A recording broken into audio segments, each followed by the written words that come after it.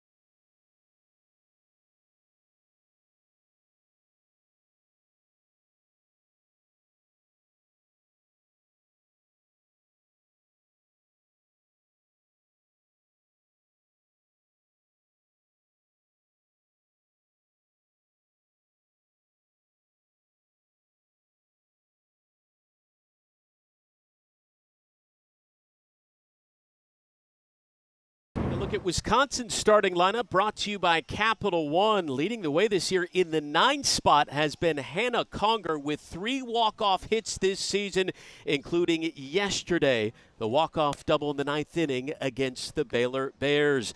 That Badgers offense will be going up against the All-American junior Tegan Cavan, who is 2nd in the SEC in strikeouts this season. Tegan Cavan, absolutely no stranger to the postseason. In fact, she gets a little bit stronger when the pressure gets on here in the postseason for Texas. But you see there, 572 career strikeouts. She will rack up the Ks. The key is going to be keeping Wisconsin's offense split up, not allowing them to have consecutive hits and consecutive power. The Longhorns, the #2 national seed, underway here against the Wisconsin Badgers, who were seeded 8th on their side of the bracket. And Tegan Cavan starts off with a strike to the senior Emily Bojan, one of 3 seniors on this Wisconsin team that is back in the NCAA tournament for the first time in 4 years. The Badgers have never advanced to a super regional. And then the winner of this contest moves on to the regional final tomorrow here from McCombs Field. Bojan to center. Caden Henry on the run. 1 away.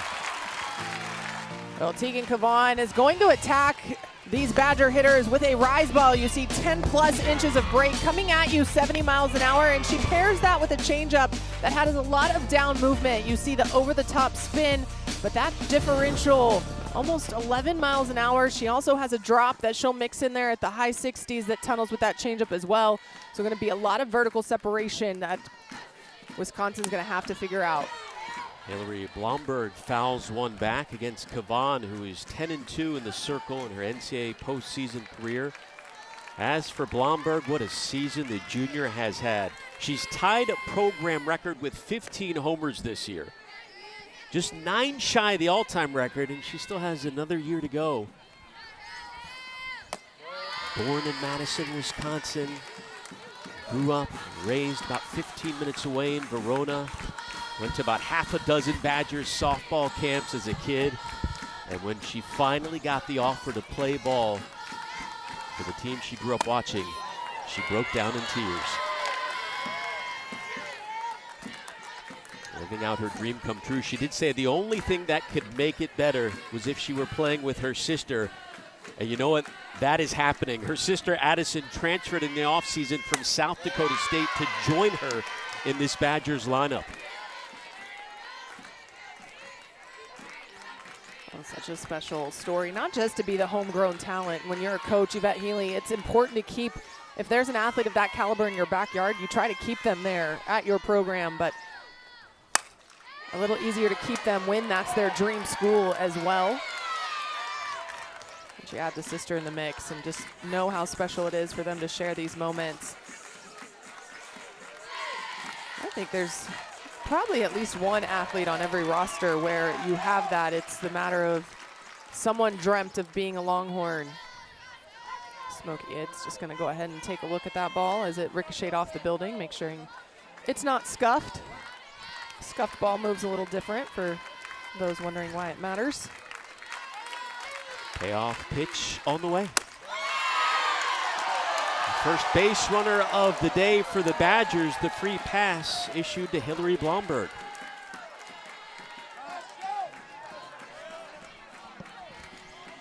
Well, yesterday we saw Wagner jump out to the early lead on Texas before they responded big time.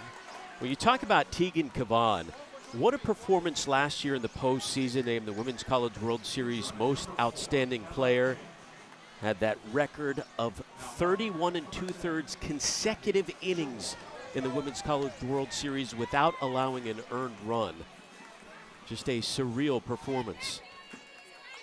Just absolutely incredible when you think about the offenses she faced. Beat Tennessee, beat Oklahoma, Texas Tech twice, and not to allow an earned run the entire time. Absolutely phenomenal for the sophomore last year. Now looking to build on that as Texas enter the postseason. 1-0 to Jacqueline Showalter, and blows that one past the freshman. And Showalter having a nice first season for the Badgers, setting a freshman record with 13 home runs on the year.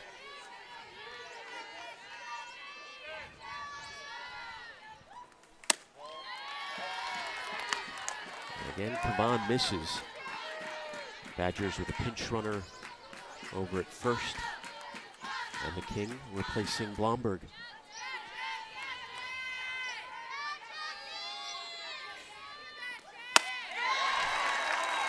Two and two.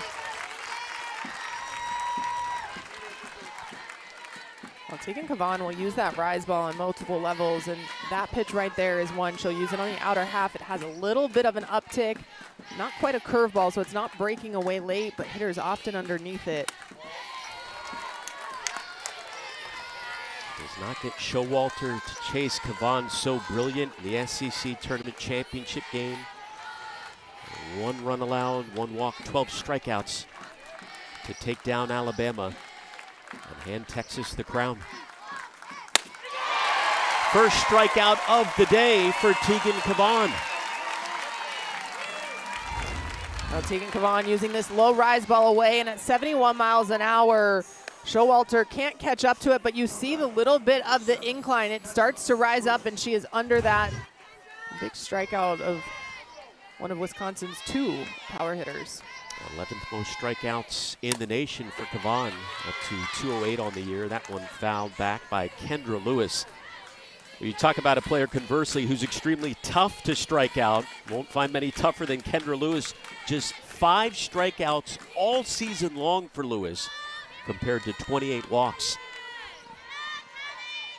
And more than 150 at-bats. Atwood scoops that one up.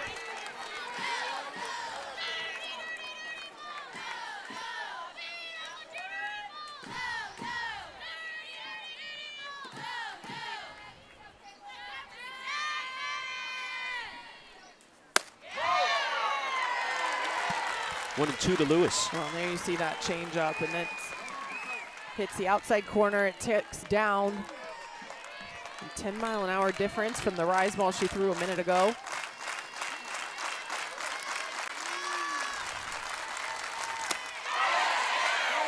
Lewis did not go around. And the runner, King, took off for second, so the Badgers now with the runner in scoring position with 2 away here in the top of the first. Well, heads up by King with that ball being in the dirt and knowing that they were appealing, went ahead and ran. Got an easy stolen base with absolutely no throw from Reese Atwood. The 2-2. Got her. Back-to-back Ks for Kavan. Tegan Kavan using her rise ball. We've seen the change up. This time the drop ball comes out for big strike 3 with a runner in scoring position.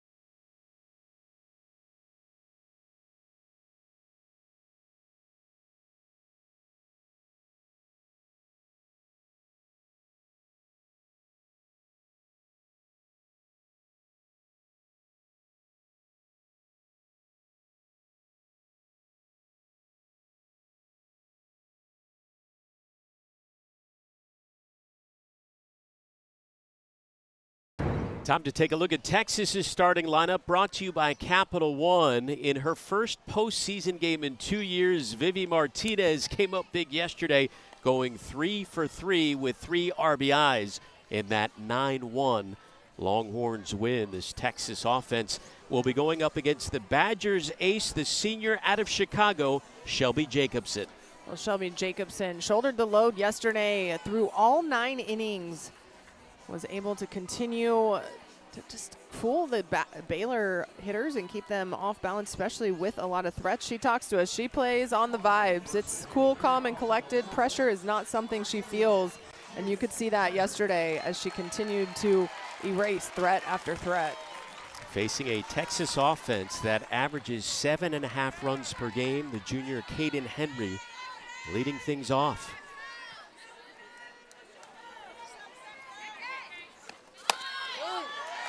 When you talk about Jacobson in the circle, through 141 pitches 24 hours ago, as we talked about her scouting report, how about the fatigue as well, Kat? Will that be a factor today? Well, she throws low to mid-60s. We'll see both sides of the plate, up, down, but the key is going to be how efficient can she be in this game. If Texas gets her pitch count deep early, then I think it affects her because of how many pitches she threw yesterday. And when we talked to Coach Glenn Moore of Baylor yesterday, he said that was their game plan the whole time, was to start to work the pitch count deep early in the game. Texas does the same thing. Wisconsin has to have somebody ready in the bullpen. And what a performance yesterday against Baylor. 9 innings, 1 earned run allowed. Came up with the win, finished with 141 pitches, just 5 shy of her career high. And it's Caden Henry leading things off with a single for the Longhorns.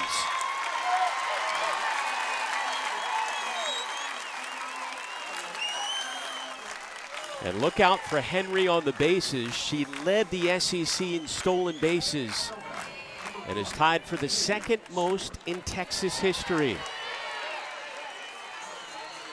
And up at the plate is the SEC Player of the Year and top 10 finalist for National Player of the Year, Katie Stewart.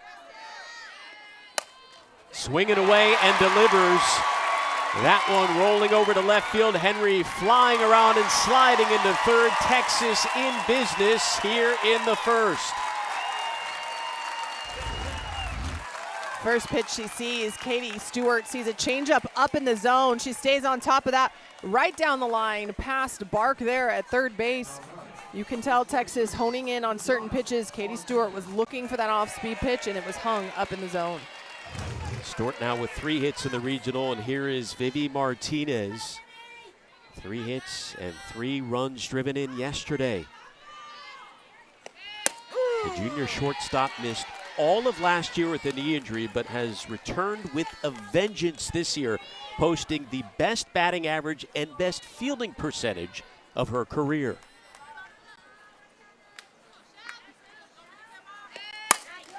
Martinez sends one to left center.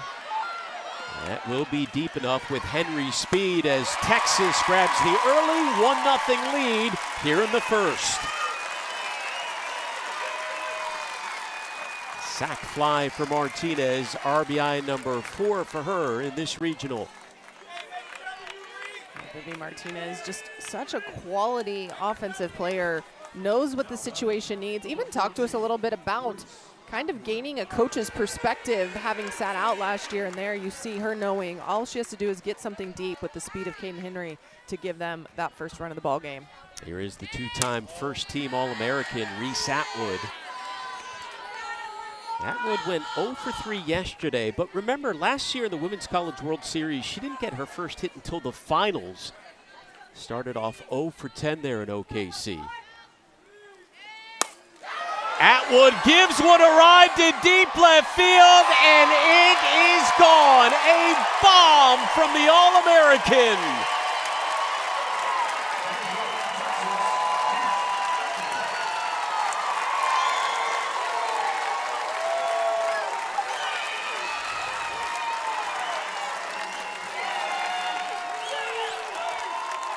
That one brought the fans out of their seats here at McCombs Field. Texas jumping all over the Badgers early, Kat. You can tell Texas has a game plan, and anytime they see the ball, middle in, they are being aggressive. Reese Atwood, this a curveball that did not get past the middle of the plate, and she hits that off the bottom part of this building. Texas honing in on their scouting report, executing to perfection right now. Well, she was one of the few Longhorns who was visibly frustrated yesterday during that 9-1 win over Wagner. Almost everybody reached. She did not. And Kat, we could see it down on her face on the field. wanted to join in on that hit parade. She has certainly done that today. Home run number 72 of her career, extending that all-time Texas record. There to Hannah Wells. When you're Reese Atwood, and this is going to happen to Katie Stewart next year, and if Hannah Wells continues on pace the way she has as a freshman, Reese Atwood has been circled in red for 3 years on a lineup card, and so you know pitchers are really trying to hone in when she's at bat to not let the big hit happen. And as pitchers continue to exploit your weakness, sometimes the frustration, it seeks in, especially when you want to be the one helping to contribute. Well, you look at this assembly line of home run hitters that Mike White continues to bring to Austin. Reese Atwood, the all-time leader. Katie Stewart, the single-season program record holder for home runs. And here is Hannah Wells, who set the freshman record for home runs in a single season for the Longhorns, but strikes out here for out number 2. Now this swing, really the first chase swing we've seen from Texas. Hannah Wells sees a ball in the outer half, but that's moving up, and she chases that out of the zone. A nice strikeout by Shelby Jacobson.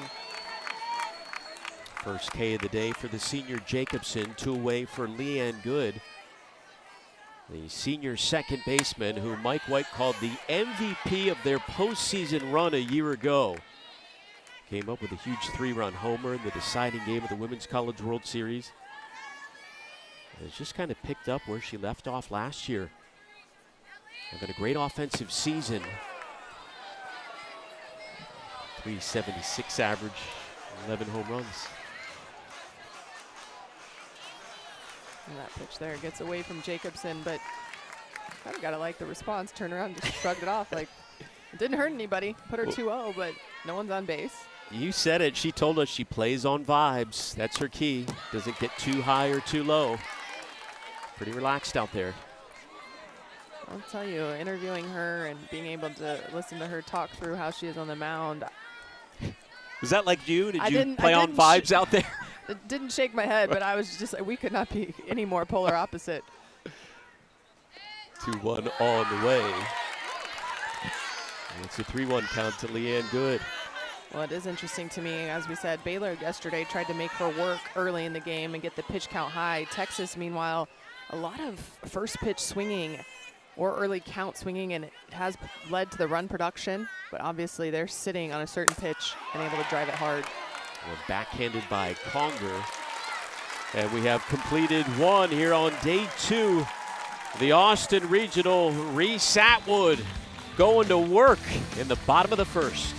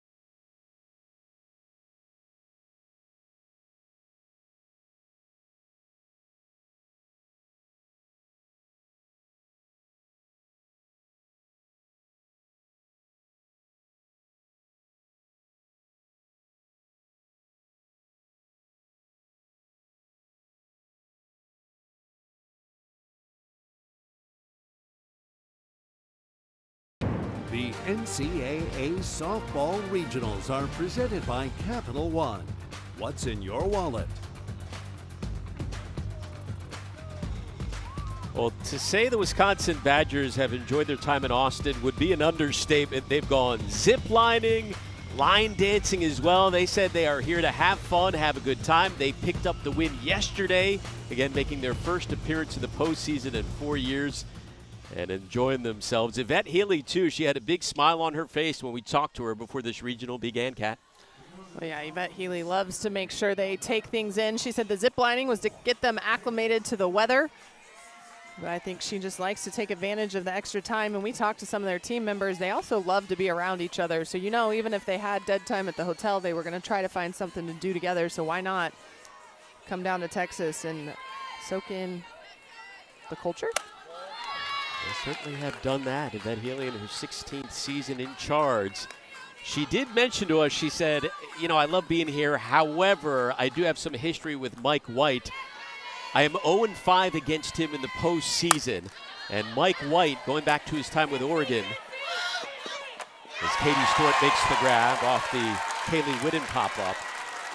Mike White coached teams have eliminated Yvette Healy's Badgers in 3 different regionals.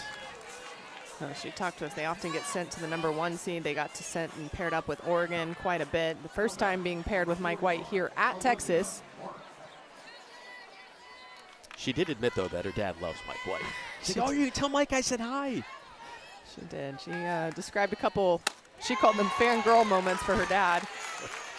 Getting to meet Mike White and having the respect for what he's done both at Oregon and now Texas. Mike White's squad with the early advantage here in Austin. Olivia Bark fouling one back as the count goes 0-2. Bark drove in the first run of the game yesterday against Baylor, dropping down the bunt on the squeeze play. The junior has been a mainstay for this Badgers infield, more than 150 starts in her career.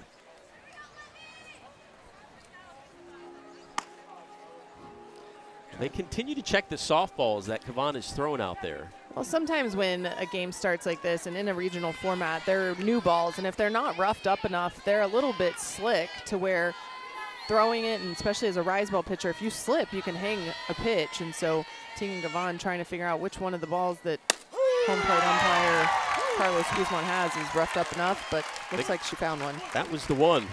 Strikeout number 3. I think it was ball number 3 they offered, but again, another rise ball in the lower half, but she keeps this in the zone. That's right there at the belt. I believe Bark thought that was going to go out and be just atop the zone, but a nice location by Tegan Kavan. Kavan has struck out 3 of the last 4 she has faced. We'll see what she does against Mackenzie Foster, the junior out of Indiana who is getting the start today after coming on as a defensive replacement yesterday.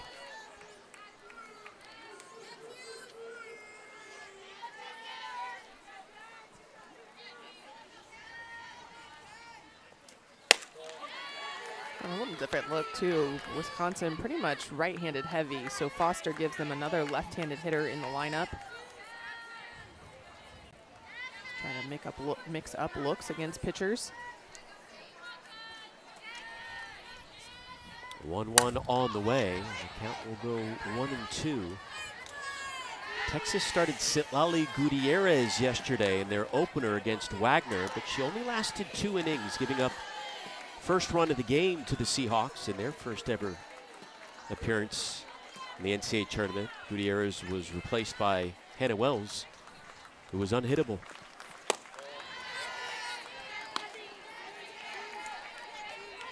Hannah Wells came out of the bullpen through 3 innings, 7 strikeouts, no hits, no walks. Well, she really changed the tempo of that game. The way she attacked the hitters just allowed Texas to settle down a little bit because she was getting them off the field on the defensive side really quickly. And again, Kavan with back-to-back strikeouts to end an inning. Well, another quick defensive inning here, and this time Tegan Kavan using the changeup to freeze Mackenzie Foster, but continuing to keep the momentum in Texas's corner.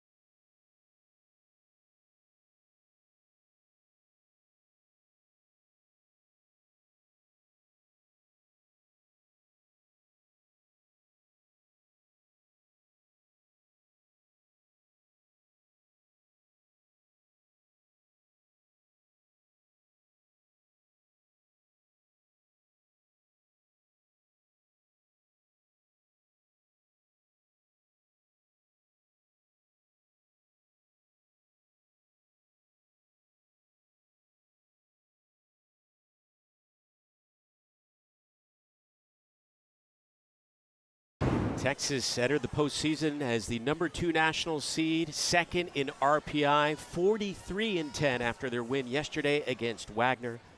One of the toughest strength of schedules in the nation. They already have themselves a 3-0 lead here in this matchup against Wisconsin. And Kat, Texas has an incredible streak going right now. As you look at their recent success under Mike White, the Longhorns have won 60 consecutive games in the NCAA tournament when leading by at least 3 runs. That stretch goes back 16 years. Do you have that kind of offense supporting you during your days? There were a couple tournament games that we had 3 runs or more, but that's absolutely incredible. And I think it's a lot of times you talk about a program and what are they known for. And Texas for a long, long time was known for pitching. And while they still have elite pitchers and have had some of the best pitchers under Mike White, now it's turned to where you talk about them and we talk about the offensive run production. And it just shows what Mike and his staff over the years have been able to do here at Texas to kind of turn the tides. But even going back that far, that's a testament. You get 3 runs, you have pitchers that figure out how to close out ball games. The 2-0 count on the way to Alyssa Sneed, the freshman. And that one misses. And Texas averaging 7.5 runs per game. There you go. How fitting, you're right above your name. I'm still looking for mine, but maybe next year. Some good times here. What would you have given for 7.5 runs per game? We need a cat cam to show your reactions here, the eye rolls after that as the free pass earned by Sneed. Well, there's just something freeing when you get a lot of runs and when your offense is continuing to put pressure on the defense the way Texas here is against Wisconsin. It allows you to know that, you know, one pitch isn't going to change the ball game. Don't have to feel like you have to be as perfect in those situations. Well, here is J.C. Nichols, who delivered the walk-off hit yesterday as this one dropped foul as Texas run-ruled Wagner, freshman third baseman who's a top 10 recruit out of Durant, Oklahoma. And if Texas wins this game, they move straight on to the regional final tomorrow. If Wisconsin falls to the Longhorns, then they will play an elimination game later today against the winner of Baylor and Wagner. That will be our first elimination game here in Austin. Coming up after this one, the Bears and Seahawks. And so then the question becomes, Kat, what will the Badgers do in the circle? Because this is their ace, Jacobson. We mentioned all the pitches she threw yesterday. How many will she throw today? Otherwise, their main arm is a freshman, Barrett Herr, who did not play at all yesterday. And when she does come in, it will be the first postseason appearance of her career. Well, I would believe, unless something happens to where they take Jacobson out of this game early, I believe we would see her in an elimination game. I really thought we would see her to start this game and maybe throw Texas off a little bit, assuming they thought they'd go with the senior ace. But instead, Wisconsin throwing me off and going ahead and giving it to Jacobson. 1-2 coming up to J.C. Nichols. Chops one over to short. The toss to second for one as Conger was playing in. And when you talk about Wisconsin's path to this regional, again, making it to the postseason for the first time in 4 years, they finished really weird. 7th in the Big Ten. Made the tournament as an at-large bid. The 8th seed on their side of the bracket. And really, their performance in the Big Ten tournament was the key to them making this postseason. They upset Oregon, and that was their biggest win of the year, put 11 runs on the board against the Ducks, the most they have ever scored in a Big Ten tournament game.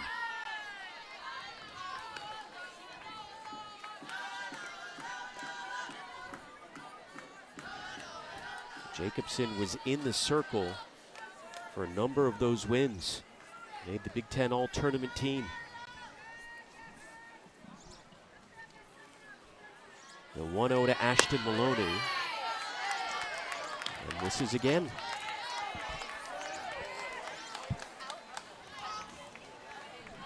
All right, now Jacobson just missing low with both her changeup. And we saw there that screwball, and it's allowing Texas to really box up the strike zone and be picky about what they want to swing at.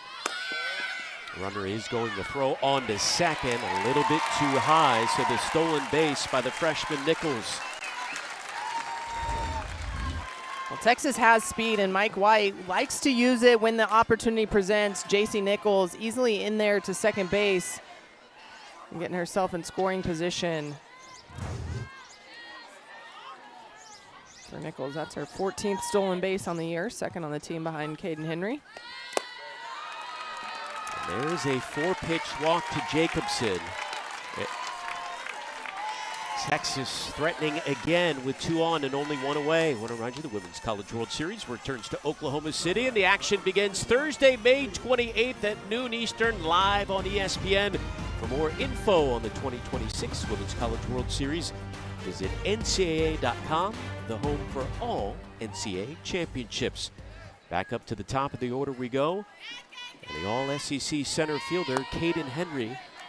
That's now 5 straight balls issued by Jacobson. We'll bring it up again, Kat. How much is fatigue playing a factor coming off yesterday's 141-pitch outing? Oh, I think it is definitely playing a factor. Sometimes when you're not a power pitcher and you trust your spin, day 2 isn't necessarily as impacted because it's more trying to spin and locate.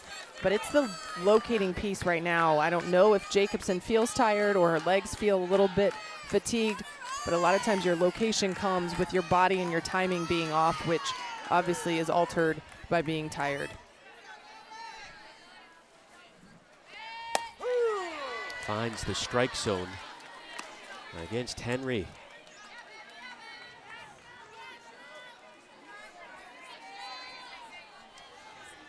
Henry singled to start the day off offensively for the Longhorns. And sends one down the line. That's going to drop in fair past the diving Foster. 1 run will come in. Ashton Maloney races home as well and slides in safely. Texas makes it a 5-0 lead.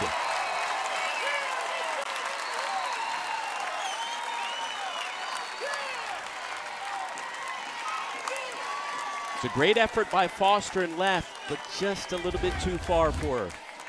Well, another off-speed pitch, and this one hung, and Caden Henry ready for it. You can tell she's watching to see if it's going to stay fair. Foster, great effort. It's one of those, unfortunately, if you dive, that allows 2 runs to score easily. But you have to give the all-out effort as close as that was to the line. But Caden Henry on the throw, advancing to third. You can tell Texas ready for those off-speed pitches up in the zone. And that will be the end of the road for Shelby. Jacobson will take a timeout in Austin with the Longhorns up by 5.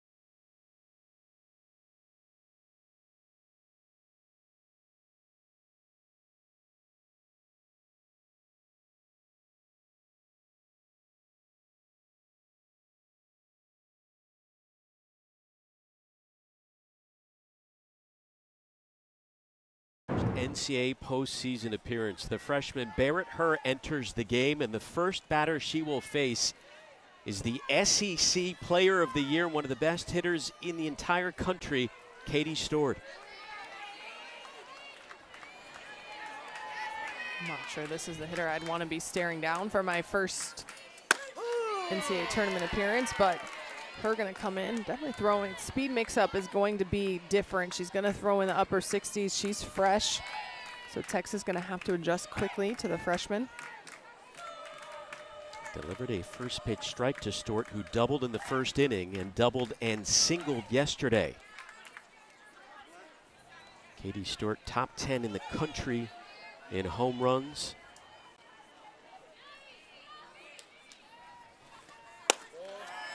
Stewart is on pace. Remember, she's only a junior to catch Reese Atwood's all-time home run record, Atwood being a senior.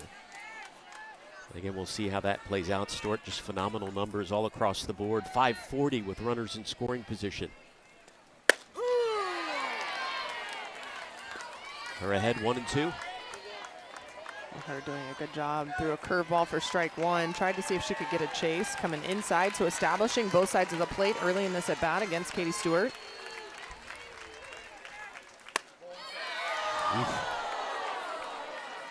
That was a really nice pitch. I do think it tailed just a little bit too far in, but a nice pitch and by her.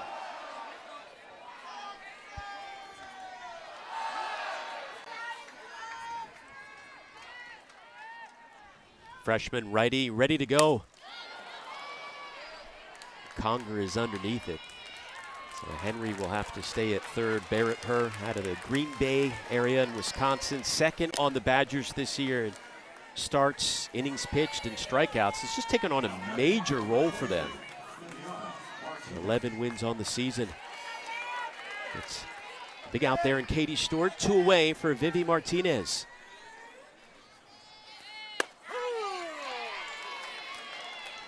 Oh, if I'm Barrett Herr as a freshman, and I'm looking at the fact I just got Katie Stewart out relatively easily, was able to execute my pitches, that's a confidence boost.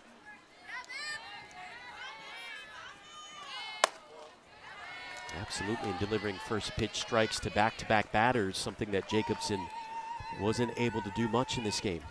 Well, if you see, there's just a little bit more crispness to Herr's pitches right now. You can see the break on the screwball, but being fresh is allowing her to execute at a higher level. Even her misses are around the strike zone right now, forcing Texas to have to respect every pitch she's throwing. Some close calls there, drawing some groans from the Wisconsin faithful who have made the trek here to McCombs Field from Madison. Martinez over to Conger. So the inning comes to an end, but Texas tacks on 2 more thanks to Caden Henry, and they lead it by 5 after 2.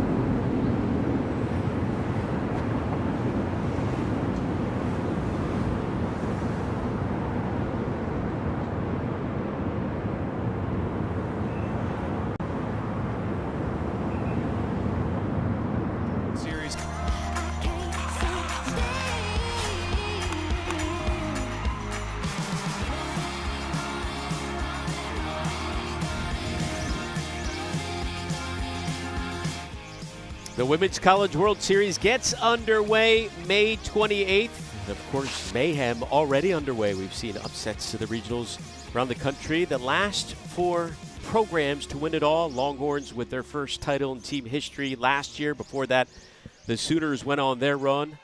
It was UCLA and Florida State. Cat, seems like this year it's wide open. I put you on the spot every game. What are you thinking? What's your gut telling you this postseason? Well, I think a lot of it comes down to there are certain parts for each program that haven't necessarily been as consistent. For Texas, you have Tegan Cavan, who's your number 2 that you can rely on going into postseason in the stretch that can help you win ball games. Last year they had Mac Morgan. For Oklahoma, pitching at times has been the question. So it's really who has the complete team, and I don't know that one complete team stands out over another. I said before selection show I did like Alabama. They were the overall number 1 seed. Florida State has made some noise in the ACC, but they did get upset yesterday in the first game against Stetson. So it'll be interesting to see how this plays out. But I do think in the committee setting up regionals, this is one of the most competitive brackets we have ever seen for softball. How about Tegan Cavan? Now up to 5 strikeouts on the day through the first 8 batters she's faced. Well, Tegan Cavan continuing to exploit this outer half against Wisconsin. That rise ball with a little bit of uptick, just knee height there against Lucy. Unable to catch up to it. Right now it does look like it's the speed on the outer half that is in favor of Tegan Cavan against the Badgers. Has extended her streak going back to last year's postseason to 34 consecutive innings without allowing an earned run. Kat, you and I had the chance to sit down with her this week. A very poised individual, very calm, and she said she has used a lot more self-talk out there in the circle to kind of keep herself level-headed. She talked about it, and big time was in SEC tournament. You know, she had a little bit of struggle against Georgia. She was going to start her 3rd game in a row against Alabama for the championship, and said she woke up and kind of thought, oh, I'm kind of tired, and she caught herself and was like, no, we're not gonna fall into this and listening to that I'm tired. I'm not tired. I'm capable. I can go dominate this game. And she said she's been using that talk instead of listening to herself to really change her mindset, continue to keep that fire inside going throughout the game and throughout a tournament. And that's a very mature statement to make, because it is easy to fall into, what do I feel? Well, she's feeling great right now. She's absolutely electric right now, and this was a rise on the inner half. So you see her exploiting the outer half, and now Hannah Conger, having seen her go opposite field yesterday, they stay on the inside. She uses that rise ball with a little bit of screwball tail to freeze the righty. Back up to the top of the order, and Emily Bojan. How important was self-talk for you out there in the circle during your playing days? It's extremely important, and I think Tegan hit on it. It's talking to yourself more than listening to yourself, because as a human in general, something bad happens, we automatically start listening to all the thoughts of, it's going to happen again, like, why did I do that? Instead of, hey, let me talk myself into rebounding.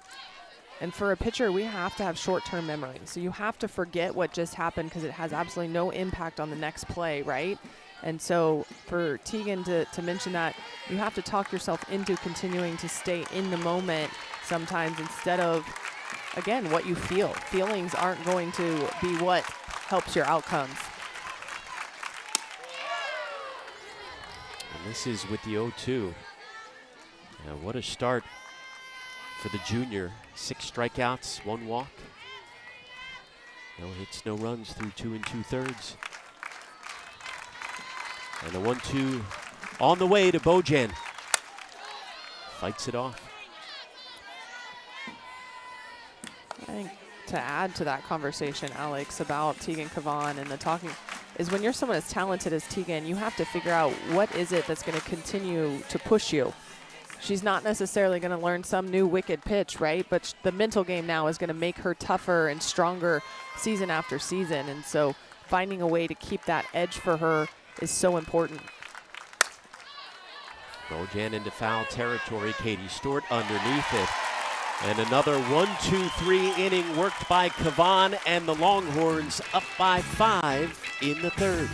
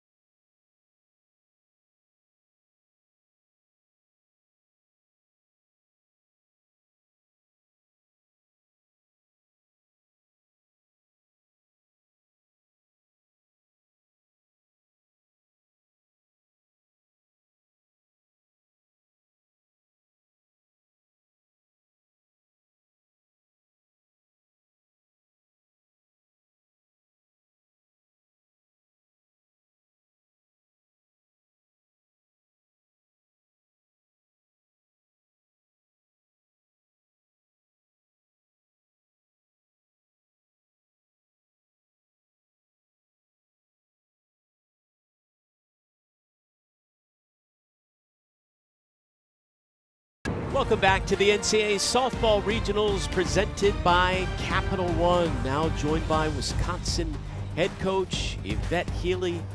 Coach, back in the postseason for the first time in 4 years. You picked up the win yesterday against Baylor. What do your bats have to do in this one against Tegan Cavan to get going? Yeah, she's good. First time through, definitely I think we need to get our swing off a little bit, but she's got that speed and that spin. So, first time through, I'm glad. We kept our head above water there, and we're looking for little adjustments. Love seeing Barrett come in, freshman, with the runner on third, and throwing 2 quality outs there to shut it down. Coach, you lead me right into my question. You obviously gave Jacobson the nod. What was going into that decision today, knowing that her was fresh? Oh, Shelby's been the ace, and she's earned that right as a senior to go after that. But we knew in that Oregon game they comboed it, and we wanted to see a similar look there. But watching Bear kind of have her back and come right in, we love that. I appreciate it, Coach. Thank you.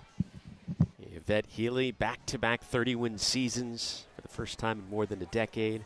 And Shelby Jacobson got the start. I have a feeling that's not the last we will see of her today, considering if they don't rally to win this one, they will play again in the third and final game today from McCombs Field, an elimination contest against the winner of Baylor and Wagner. Well, Alex, you and I have been talking a little bit, and we talk all year long about the evolution of the pitching staff coming into play in softball. And I think it's interesting because come postseason, there's still so many teams that will rely on the ace. And so you have a staff year-round, but then you ride the horse that got you there in the postseason. Be interesting to see overall how many staffs win out as opposed to the teams that are going to go with, as she mentioned, the ace. Jacobson got the ball because she's the ace that got him here. And when you look at Barrett, the first 3 batters she's faced in her very first postseason appearance been Katie Stewart, Vivi Martinez, and now Reese Atwood. I mean, if you can get through that stretch, I think you may be okay. There's no easy part of Texas's lineup to come into, but Barrett has come in and done exceptionally well. And I think it's the fact that she has continued to hammer around the zone. Even her balls are close. And so Texas having to respect each pitch, watch each pitch. When you see a ball already over your head a couple feet out, you don't have to track that all the way in, and it doesn't change the timing of their eyes as much as you want it to. Walks Atwood, do you remember your very first postseason appearance? What were the nerves like? How long did it take to settle down? I don't really. I know we were in Oklahoma for regionals because it was after 9/11, so nobody flew, and we got sent to Oklahoma even though we were the 1 seed. Very interesting situation. I don't remember the first game. I know we won it, and then we had to play OU, and I remember the OU game vividly because a pitch out got hit for like a double and all wheels fell off. But I do remember my first World Series, which is similar, and nerves are shaken. It takes some time to settle in. That one fouled. Ooh, off of Mike White's been hit numerous times this year. You asked him, are you going to stay out at third base? He said, I don't know. The way his batters are hitting, this may not be coincidence anymore. Well, it's that. And let's also point out he got hit in the SEC tournament by Hannah Wells as well. So both of these in the last 2 weekends have been from the freshman hitter. He doesn't have much time to react with the exit velocity of these hitters. That will stay fair on to second. Not in time. Everybody's safe.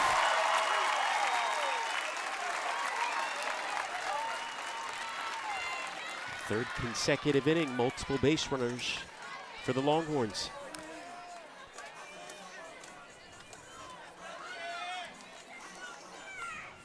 Leanne Good coming up to the plate with Atwood at second.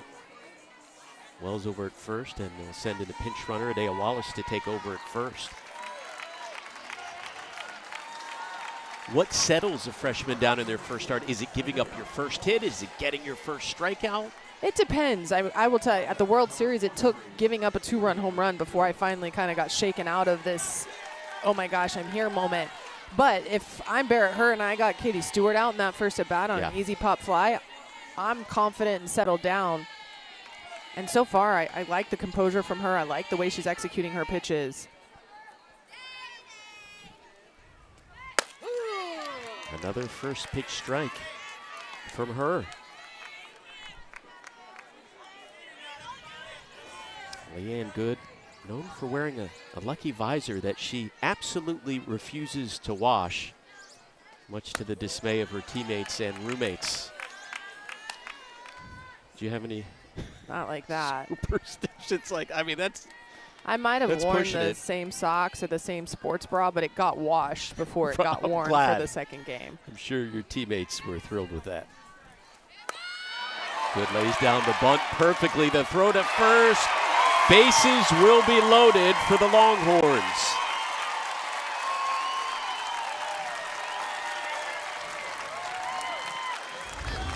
This is where the Texas lineup will get you so much power. You play to respect it, but someone like Leanne Good, who can beat you going yard or in front, drops the sneaky bunt and gets herself on base. A bases loaded situation now for Alyssa Sneed. Yeah, big spot for the freshman hitter who Mike White said reminds him of one of his former hitters, Shannon Rhodes, who did a terrific job at the plate for him at Texas and going back to their time together at Oregon. Sneed swinging away at the first pitch. Conger to second for one, and Texas will bring home another.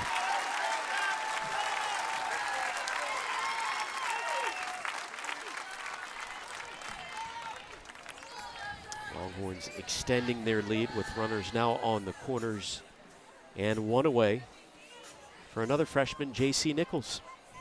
A lot of speed coming on this play here. You got a Dale Wallace at third who pitch runs. You got Sneed who has speed. Nichols. Expect Texas to put a lot of pressure on this defense of Wisconsin. Chopped over to third. Hesitation. They do get the out, but Wallace scores, so make it a 7-0 Texas lead. And Mike White may challenge this. Well, J.C. Nichols has speed. She high chops this. And you see that little bit of hesitation there by Bark. That call is being challenged by Texas. But that hesitation by Bark allows Nichols time. Adea Wallace scores easily, but Texas going to ask for this to get reviewed. And Mike White immediately headed over towards the umpiring crew. So we have our first challenge of the day. The original call was out at first. You could see Bark, a bit of hesitation, then the throw. Oh, yeah, that Okay. will tell you right there. That'll get overturned. And Yeah. again, the speed of Texas, they don't have to hit it hard to force you to have to make quick decisions. And unfortunately, one small pump fake from Bark allowed J.C. Nichols to be safe. I also like the communication, though, between coaches as Coach Mike White looks down at Kristen Zaleski and waits for her to say, yes, you should review it. Ashton Maloney waiting in the wings, coming up to bat after this decision is made.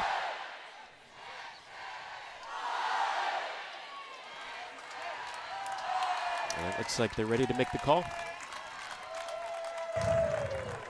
After review, the call on the field is changed. The runner is safe. Texas still has 2 challenges left in the game. Call overturned. Texas gets to keep their challenge, and they get to keep a base runner over at first. Nichols is there. And second base is Sneed. Oh, and with that RBI off the bat of J.C. Nichols, that's Texas's 5th straight multi-run inning since the 4th inning yesterday. Currently their longest streak of the season. Texas just pouring on the offense, as they have done throughout Mike White's tenure since he arrived here in Austin. And that offense will knock out another pitcher for the Badgers. We'll take a timeout from McCombs Field. The number 2 national seed, Texas, up by 7.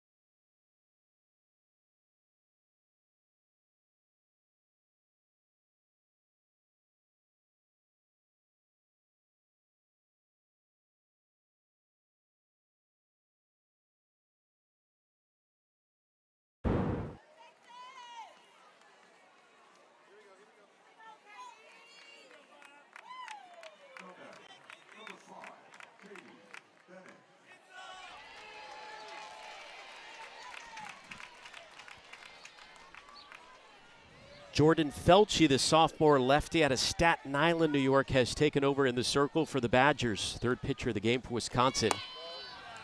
And delivers a first pitch ball to Ashton Maloney with 2 on. A lot of speed on the bases for Texas and just 1 away.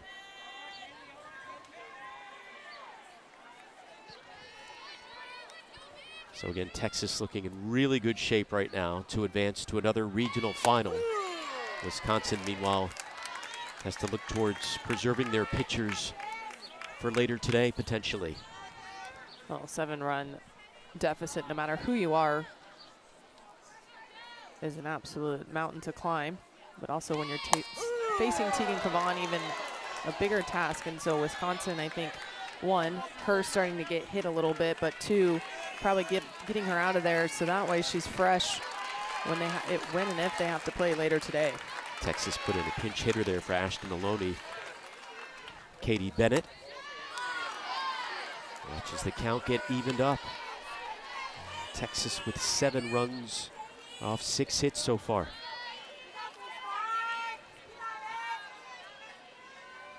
Bennett, a .283 hitter on the year.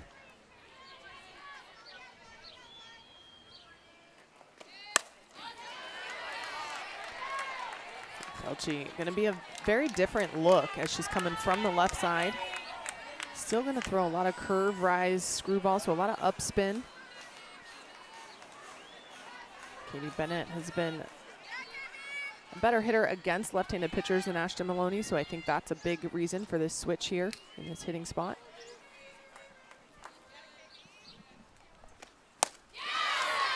Got her. Comes into the game, and Felchi registers a strikeout.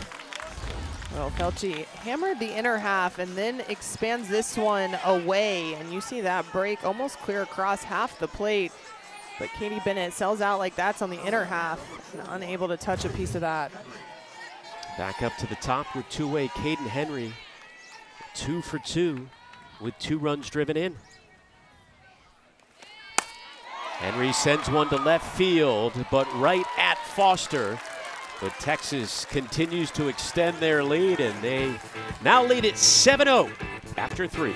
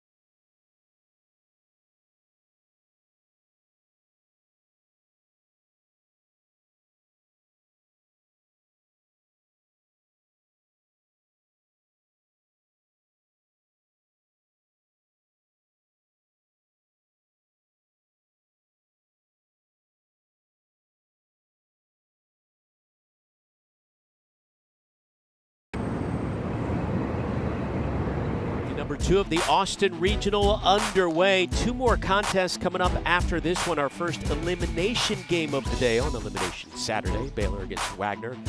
The big story so far, Texas coming off their 19th run rule game of the season yesterday against Wagner. Hannah Conger with her 3rd walk-off hit of the year for the Badgers. Baylor falls to 4-4 all-time in extras in the postseason. And Wagner, the Wagner Seahawks out of Staten Island, New York, making their very first appearance in the NCAA tournament, scored their very first run yesterday. Hey, they did it against the defending national champs, Texas. Well, they did. Wagner talked to us a lot about how, yes, they're happy to be here, but they're not just happy to be here. They're going to come out and compete, and they did early in that game. They came out with all the energy. Eventually Texas got to them, but love to see the Wagner Seahawks and all their energy they brought to the field. They were fired up. It was a boisterous McCombs Field on day number 1. We began the 4th inning with Wisconsin trying to get anything going against Tegan Cavan, who has been brilliant in the circle so far. And there is another first pitch strike from Cavan, this time to Hillary Blomberg. Well, talking to about Healy, and to her point, she wants to see them swinging earlier in the count. Tegan Cavan has been able to get ahead. That one grabbed by Nichols.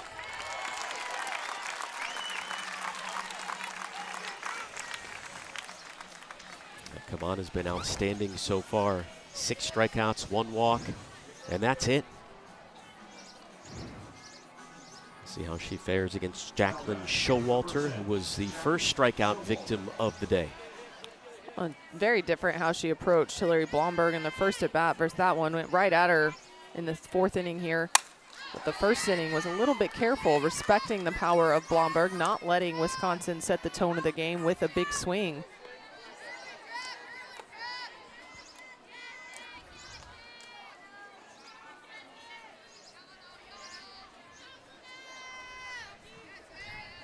Wisconsin with a walk in the first inning, and that's it.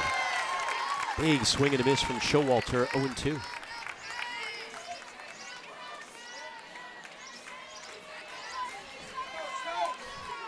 This Texas squad has gone on quite a run under Mike White.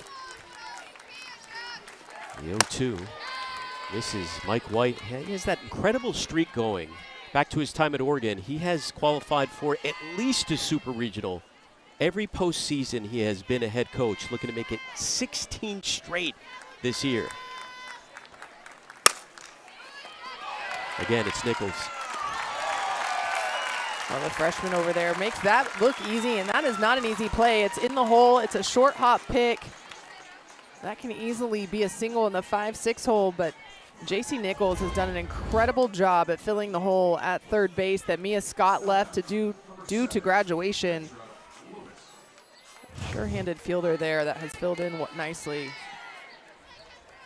Coming off last year's title run, Mike White said the key at this time of the year for any team is fundamentals. That's what it all comes down to. It's not one big thing. It's making the fundamental plays game in and game out in the postseason, like his team did last year. Strong defense so far. Texas 20-3 in regional games under Mike White. That's the most wins in the nation by any head coach in the regionals during that span. Since 2019, 3 straight groundouts induced by Cavan, and the defense takes care of the rest. Still 7-0 in Austin.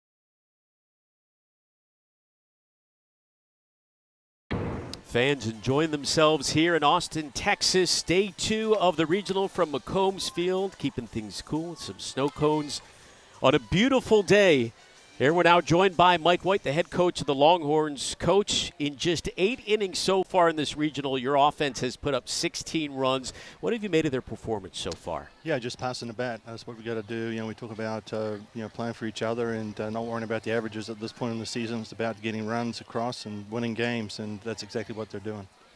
Well, Coach, Tegan Cavan has looked masterful in the circle. What makes Tegan so tough come postseason time? She's just cool, calm, collected for the most part, and she's able to make corrections. You know, sometimes when it's not your day, it's hard to kind of gut your way through it. And she's just able to do that. Like, she didn't really start off probably how she wanted to, 20-pitch inning, but came right back in a real short next 3 innings. So she's able to make those adjustments in game. Coach, do you have to start wearing shin guards out there? You've been hit a number of times this postseason. I need that trash can lid like Captain America or something. Appreciate it, Coach. All right, welcome. Mike White joined for some of that interview with Caden Henry behind him, and Texas's incredible record, 115-2 when leading through 3 over the last 3 years.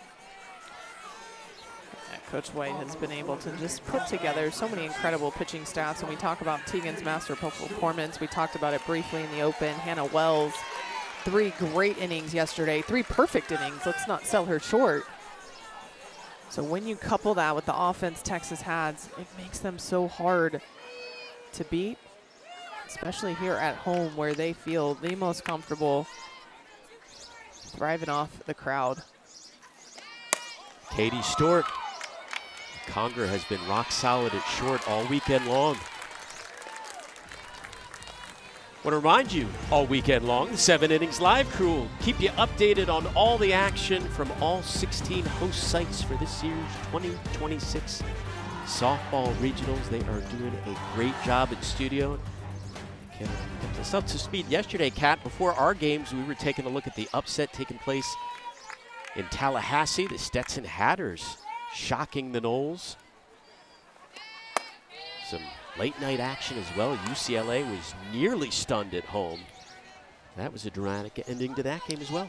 Yeah, for fans, Central Time and Eastern Time might have already been asleep, but Cal Baptist put a 10-run inning together, took a 11-7 lead, and UCLA down to 2 outs remaining ends up walking that off 12-11. Some really exciting ball games across the country. Today, 1 winter bracket game already over. Florida's advanced and UCF have both advanced to the finals tomorrow.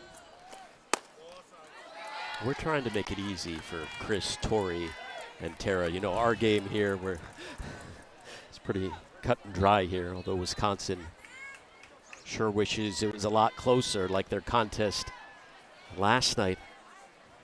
It went deep into that one, a 9-inning affair.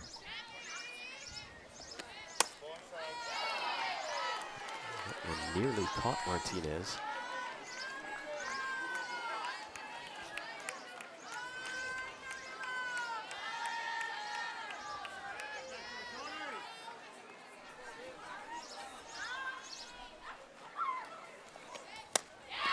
Swing and a miss. Felci coming from the left side has been able to come in and keep Texas at bay. They've put some balls in play, but nothing has found the hole. Able to command both sides of the plate. Payoff pitch to Vivi Martinez. Fights that one off. Martinez, who missed all of last year with a knee injury. Said learned a lot being on the sidelines for that one in the dugout. Said, in her words, learned the concept of finding joy in the happiness of others, her teammates, more specifically. Rooting them on while watching. Happy to be back in action with her peers this year. But a strikeout victim there, goes down looking. Felci using this backdoor curveball. It is coming back across the plate. It looks like it's going at the left-handed hitter. It hits that back corner, and she has been able to freeze both Katie Bennett with that pitch and now Vivi Martinez. Such a deadly pitch if you can pinpoint the location on that, and Felci doing a great job here against Texas. Here is the mighty Reese Atwood, who reaches for the 3rd time today. 2nd hit of the contest for the senior. Alex Reese Atwood didn't want to let you even Walker up to the plate. First pitch there, up in the zone. Stays up with that pitch, dead center field.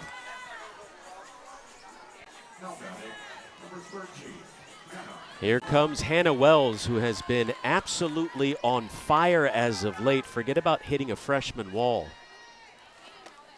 Wells entered the day with 5 of her last 7 hits leaving the yard and 4 home runs in her last 6 games, including one yesterday.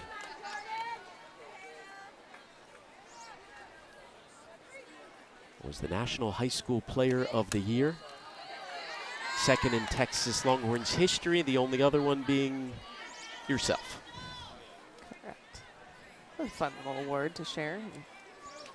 A number of big-time players in our sport have taken that award home from high school. Wells launched 86 home runs in her high school career, but a nice job by Olivia Bark over at third. We are through 4 here in Austin. Texas firmly in control.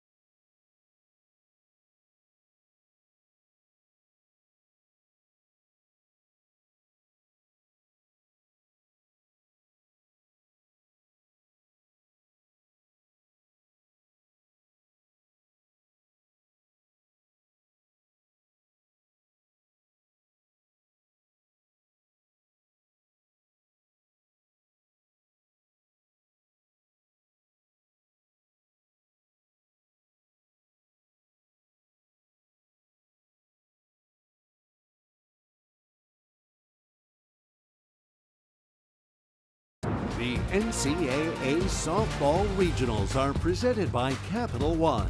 What's in your wallet?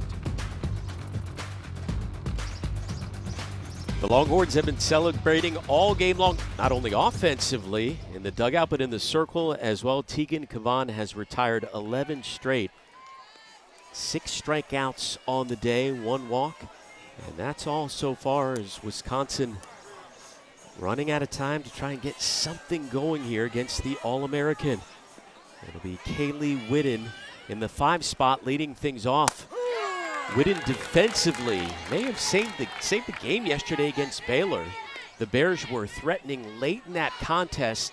Baylor had a runner on second with no outs when Whitten snared a line drive and stepped on the bag to pull off the double play. And if not for that, they may have dropped that opener against the Bears. Yeah, Whitten was so sure-handed defensively, that play in particular. It was the first time Baylor had a runner in scoring position with less than 2 outs. So they were really looking in a prime spot to score, but able to retire that runner on a line shot.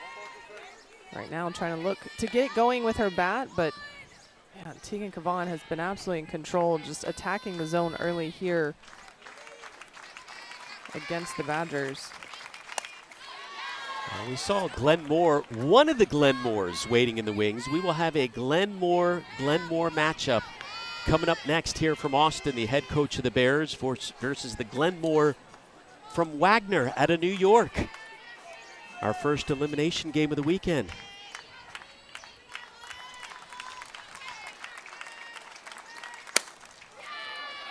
Sent foul off the bat of Whidden. Well, we did see them actually meet in person yesterday. And so now there will be the showdown. How many times are we going to say head coach Glenn Moore in that one? They didn't seem to understand the fascination with it, but everybody else seems to love it. And Glenn Moore from Baylor said, I think my accent's a little bit different. I'm from Mississippi. The other Glenn Moore is from Brooklyn with a thick Brooklyn accent to boot. And they're coming up next.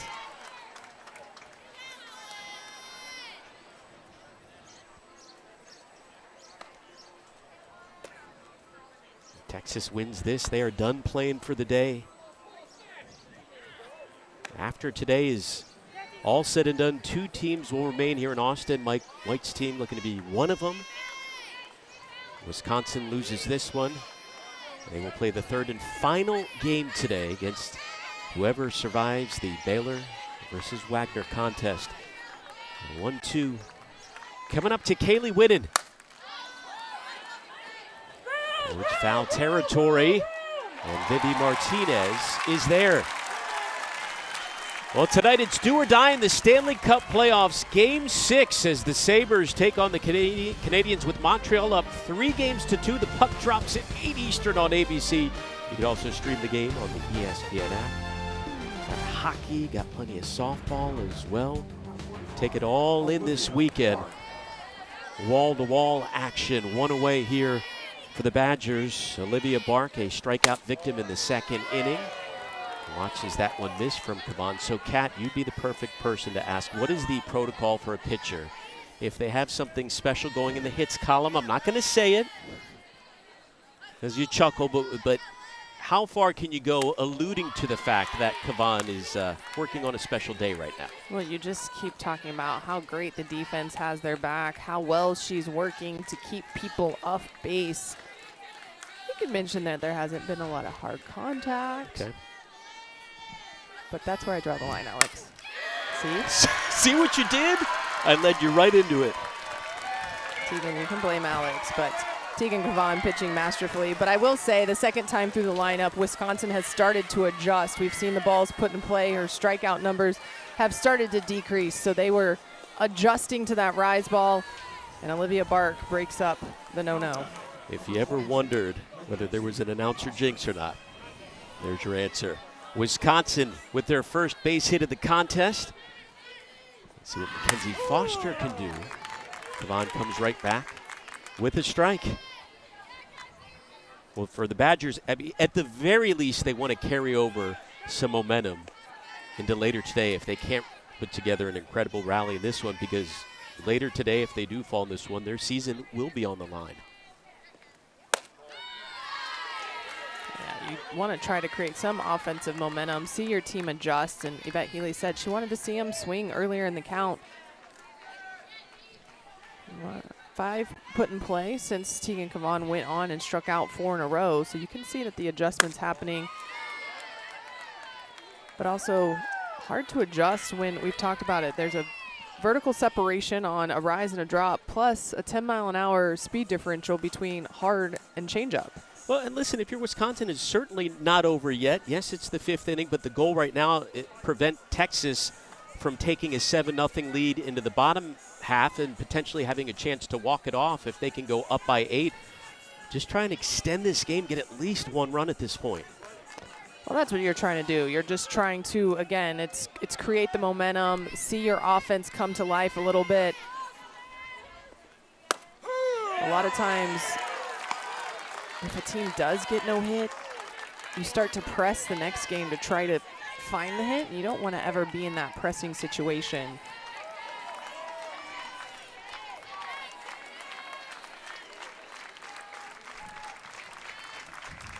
Two to Foster. Strikeout number 7.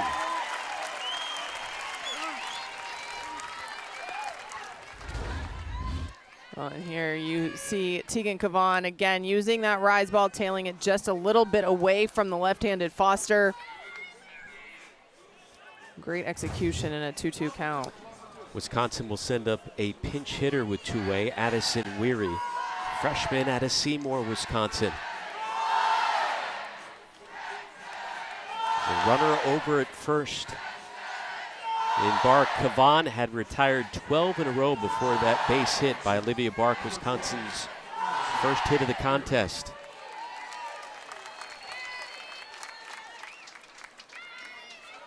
Kavan ready against Addison Weary. And again, sound like a broken record, delivers a first pitch strike.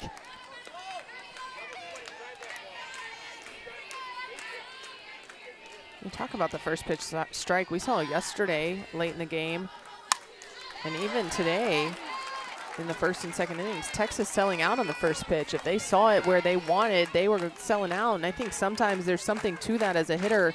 Even if you foul it off, you get your timing and you can make an adjustment. Hard to get timing when you're continuously taking pitches.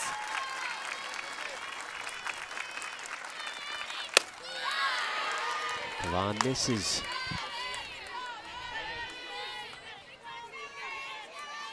Tegan Kavan entered the regional with 207 strikeouts on the year, second most in the SEC.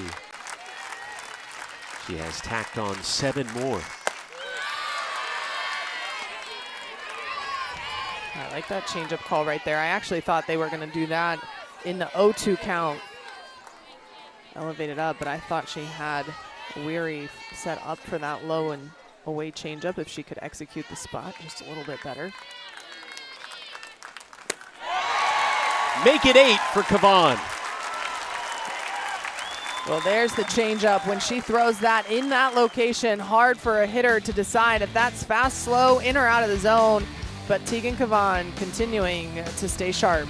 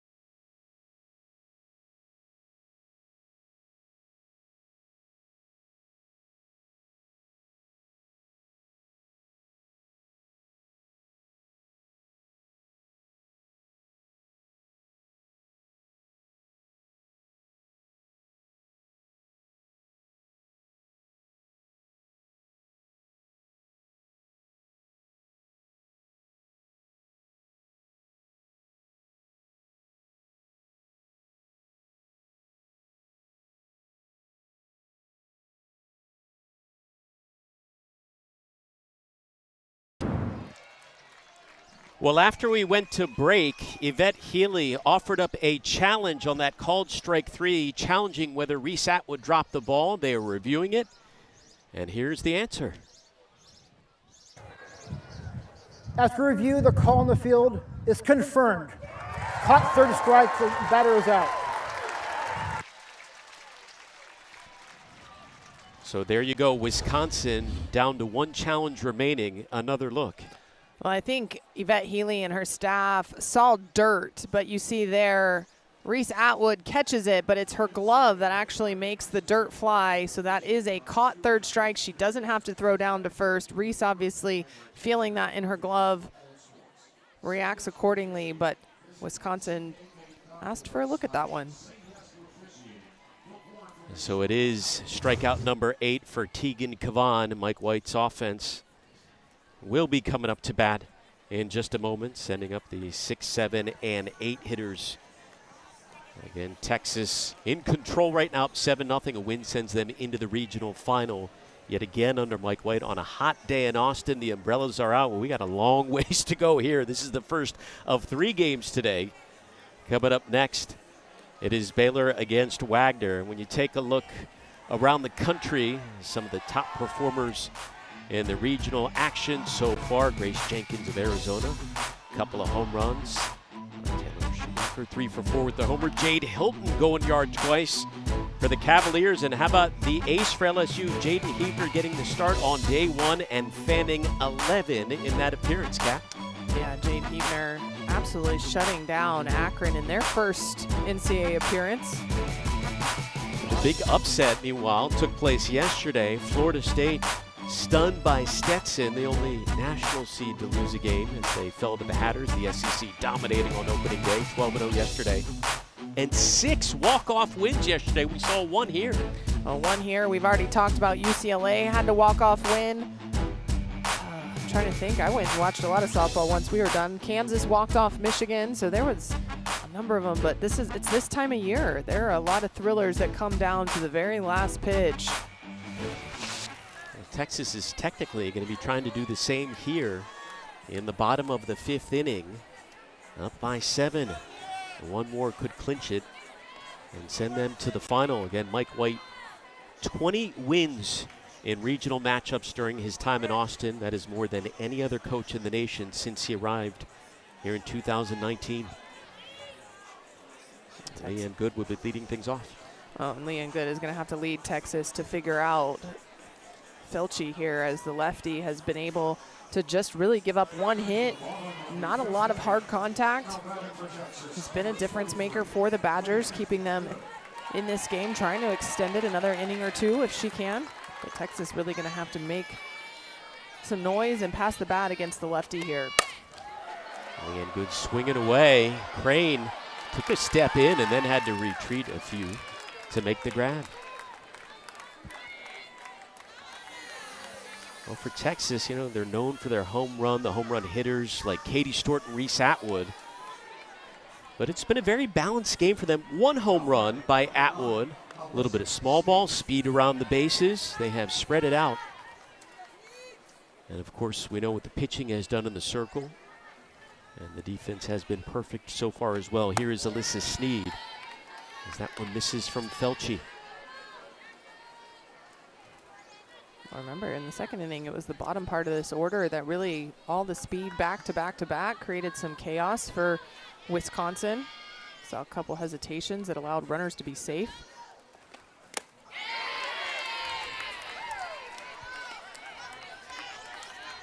But right now, you can tell these Texas right-handers unable to figure out where they're going to sit in the strike zone against Felci. Alyssa Sneed swinging it off speed pitch there. Pokes 1 foul. Sneed, who's been so good defensively in left field. You know, Mike White has been well aware at times of Texas's reputation defensively in years past. So heading into last postseason, he said, listen, I know it's something we talk about. We have goals, what we want our fielding percentage to be. That fielding percentage went up in the postseason. And how about the hitting elevating as that one just dies down on the track. Alyssa Sneed nearly ending the ball game.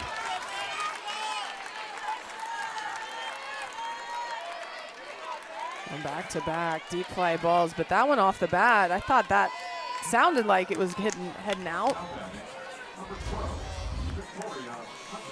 It's a backdoor curve that comes back over the plate, so Sneed able to get barrel to this one as it leaks back over middle half of the plate.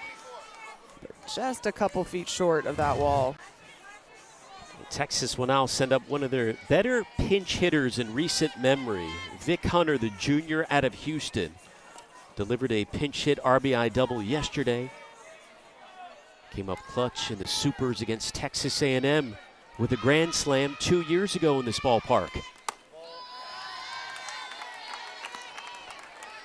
10 home runs for her career.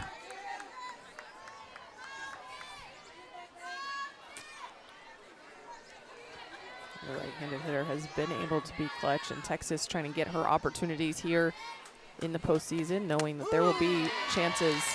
They need a big long ball off the bat of Vic Hunter. Vic Hunter actually participated in their graduation ceremonies while they were at the SEC tournament. She has graduated in 3 years.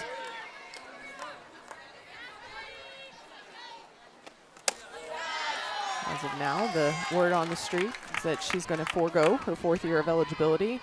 Got into the Masters of Finance program here at Texas, which is extremely competitive. She didn't think she was going to get in, but applied and got accepted into that prestigious degree. Congratulations to Vic Hunter, trying to go out with a bang to end her collegiate softball career. Has a hitter's count now at 3-1.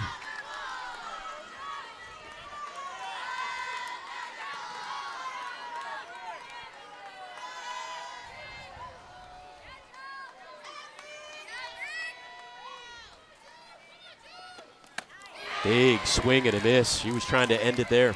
Well, I like the aggressiveness. You're in there as a pinch hitter to hit. Right now, Texas doesn't necessarily need a base runner, so while you're working the count and have 3 balls, get your swing off in case that ball is in over the plate and where you can barrel it up. That one just continued to rise out of the zone on Hunter. Payoff pitch. Wisconsin using 3 different pitchers today. Shelby Jacobson, the ace, got the start. Was replaced by Barrett Herr, the freshman. And now it's Jordan Felche, the sophomore. The 7th pitch of the at-bat on the way to Vic Hunter.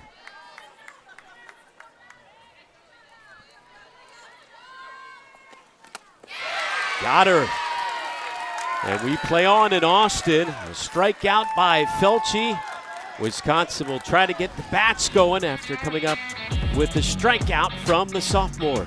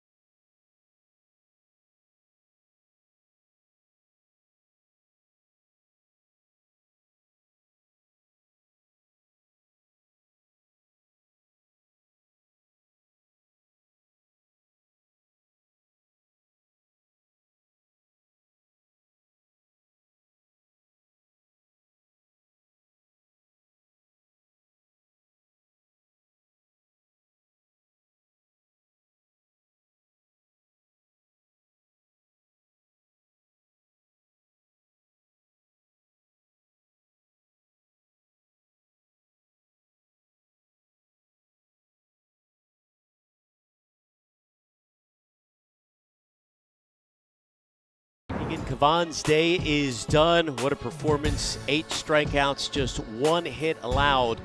On the verge of helping send her team to the regional final on Sunday. A lot of swings and misses there, Kat. But again, Texas giving her some relief now. And replacing her in the circle is Cam Salmon, the sophomore righty out of California. Salmon going to be able to take over, and what a start Tegan Cavan gave this team defensively.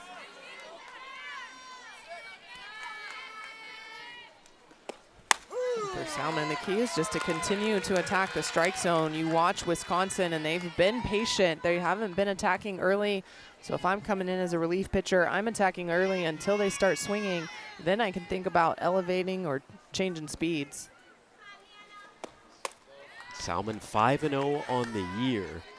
She hasn't allowed more than one earned run in her last 11 outings. It's been very efficient, got some postseason experience a year ago as well.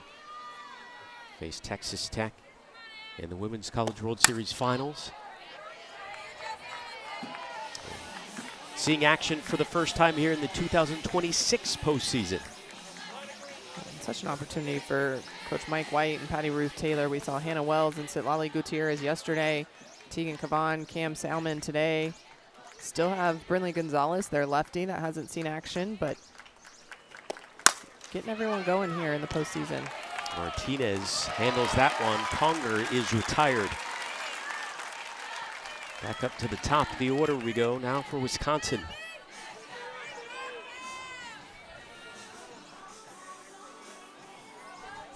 Badgers down to their last 5 outs of this one.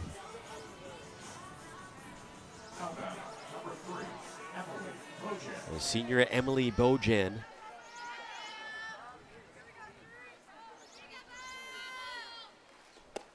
Had a career year, saving her best for last. They are most likely going to need her to come through later today as well. Again, it's a Wisconsin team that has never advanced to a super regional.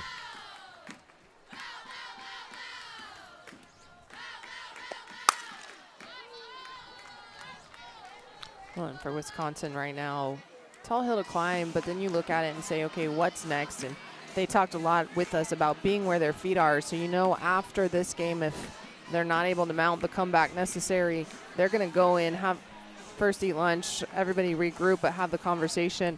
Go back to one pitch at a time, being able to try to win as many of those pitches within their at-bats, defensively as well. Figure out how can they get to tomorrow, and then worry about tackling Texas again after they've already been able to advance. Is it tough to take that long extended break coming off this game and wait around for hours to play another game, or no, considering you know their season is going to be on the line? I don't think there's any real emotional toll in taking that break. If anything, I think it allows you to separate the two games. So obviously you wanted to win this game. There's going to be just some disappointment, but it allows you to come back to the field and get right back to work after you figure out who you're going to play next. 2-2 coming up to Bojan from the sophomore Salmon.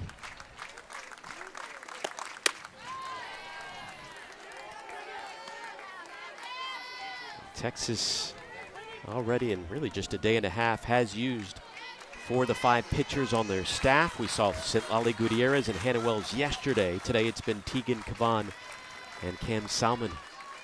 Brinley Gonzalez, the only pitcher yet to head out there in the circle. This one belted towards the gap in left center on the run off the glove of Sneed. Wisconsin now with the runner in scoring position as Bojan fired up.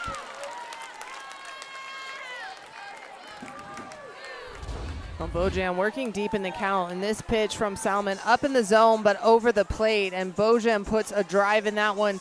Sneed, just a small degree of the wrong angle to where she wasn't on time for that. She gave chase.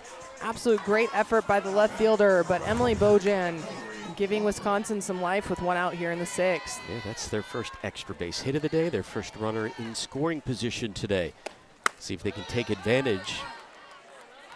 And Hillary Blomberg did go around 34 career home runs, 9 shy of the all-time program record, including a Wisconsin record tying 15 this year.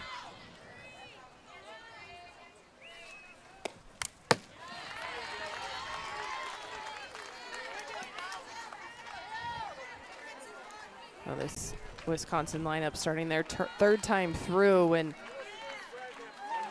Not seeing Tegan Kavan at 70 miles an hour with that tight rise ball spin. The adjustment to a little bit, couple mile an hour difference of Salmon might give them a little bit more confidence.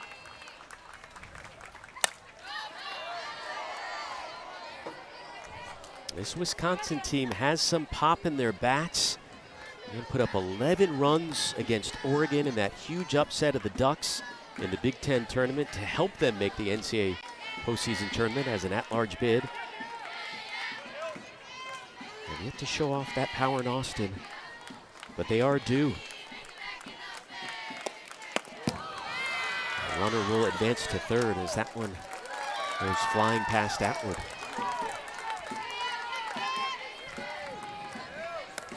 Taking off speed pitch that just didn't make it even to the plate. It ricocheted. Nothing Reese Atwood could do to block that one. I can see you wince and groan over there every time there's a wild pitch by any pitcher. I just think with runners on is when you have to be more cognizant of making sure, even if you're trying to throw a pitch low in the zone, you don't let it have the ability to get away from your catcher. That extra 60 feet so many times is given to a runner by the pitcher themselves, and that's just not helping yourself out. A 2-2 count to Blomberg. Chased it upstairs. First strikeout of the day for Cam Salmon. 2 away. Cam Salmon using a rise ball, and it continues to go out of the zone. We saw the one to Bojan hang a little bit lower, but she makes sure to extend against Blomberg, gets the big swing and miss. Cam Salmon was a big-time recruit out of California. Number 4 prospect in the nation. Now facing Jacqueline Showalter. Power-hitting freshman, 13 bombs on the season, including a monster one in the Big Ten tournament. They were down to their last 4 outs of the tourney against Purdue, trailing by 3. When she launched a game-tying home run, they would rally to win and advance all the way to the semifinals before coming up short against UCLA. That one getting away from Atwood, and the first run of the game. No, foul ball.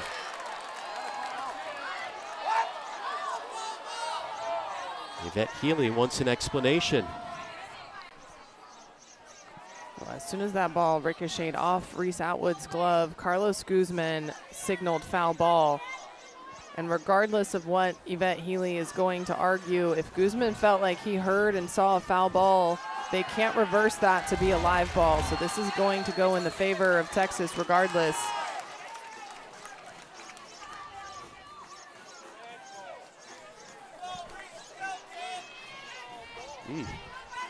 That spins out of her glove funny, but I don't know if I see bat, but Carlos Guzman might have heard it. Tough break for Yvette Healy and the Badgers. And instead, it ends up as an inning-ending strikeout. Well, Cam Salmon uses that to her advantage, retires Wisconsin, gives Texas a chance to walk it off.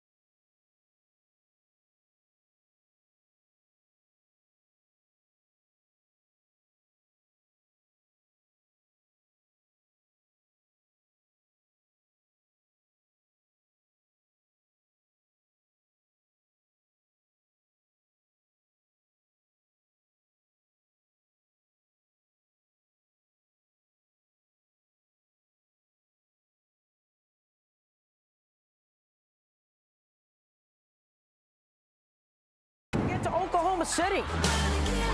We are into the postseason.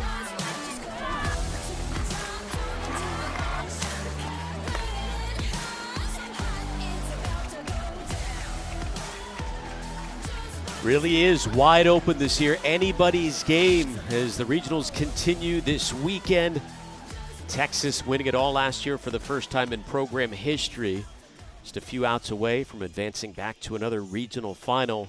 Dominating right from the start. The Longhorns put up 3 runs in the first, 2 in the second, 2 more in the third, and Tegan Cavan has done the rest. Allowing 1 hit. Mike White all smiles right now, and for good reason, as we hit the bottom of the 6th inning and his team trying to end it. Ashton Maloney has re-entered the game and will lead things off.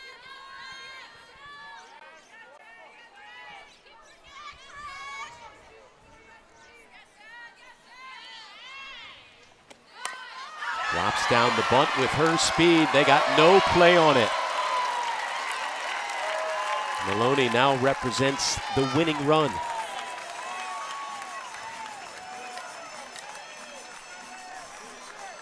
Again, if Texas goes up by 8, that would be a run rule victory in the books. Texas offense is able to beat you in so many different ways. We talk about the power numbers. Katie Stewart, Reese Atwood, Hannah Wells, all in double digits. But they can also beat you with small ball, with speed, with just consistency and base hits. Right there, an absolute masterful bunt by Ashton Maloney to get herself on base. And Texas knows what she represents. She represents that run rule walk-off win, so they're going to try to figure out how can they get her around the bases as quickly as possible here. Here's Caden Henry, the all-conference center fielder, 2 for 3 with a couple of runs driven in.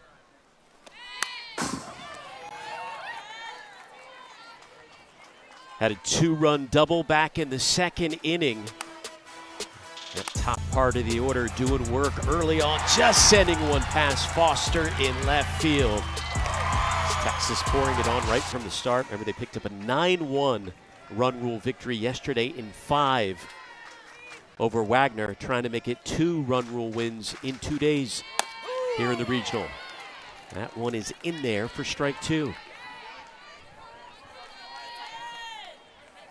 Backdoor curve from Felchi, still baffling these left-handed hitters from Texas. Ashton Maloney actually bunted that pitch, took it with her. Henry to left field, to deep left field, and there's your ball game. Another run rule victory for the Longhorns.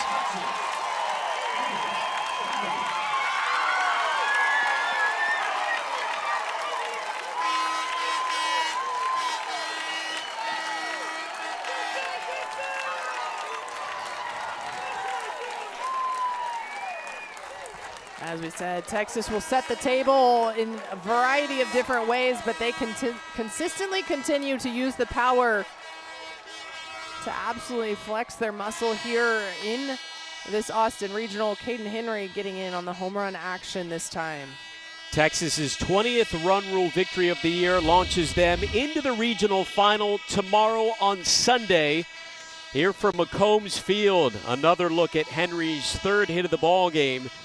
That ends it. So Texas will await the lone survivor from the 3 teams that will do battle today. Up next, we got Baylor and Wagner coming up in elimination game number 1. After that, the winner faces this Wisconsin team for the right to play Texas on Sunday. Let's take a look now at today's Capital One rewarding performance. And it goes to Tegan Cavan. What a gem she threw in the circle. 8 strikeouts, allowing just 1 hit.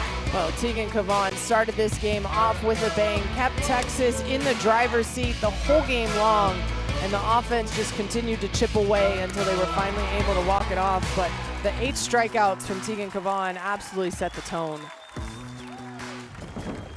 Cavan picking up right where she left off last year. Again, had that record stretch of innings without allowing an earned run, and that carries over into this year. So the Longhorns pick up win number 44 on the year and advance to the regional final. Taking a look at the latest up-to-date bracket coming up in just a little bit. The Baylor Bears and Wagner Seahawks. The battle of the Glenmores. Both Glenmore head coaches will square off coming up from McCombs Field. The winner moves on. The loser heads home. And that winner will face Wisconsin later on tonight in the third and final game here from the Austin Regional. But again, Texas is looking good right now, coming off 2 impressive victories. Yeah, Texas really setting the tone, and they're taking momentum early, never relinquishing it, and it's coming from top to bottom in the lineup. That's what they're going to need to continue their hot streak here in the postseason. The Longhorns with 9 runs off 9 hits, no errors for Wisconsin, no runs, 2 hits, and no errors. For Kat Osterman, I'm Alex Loeb. We send you over to Knoxville now with Matt Schumacher and Amanda Scarborough.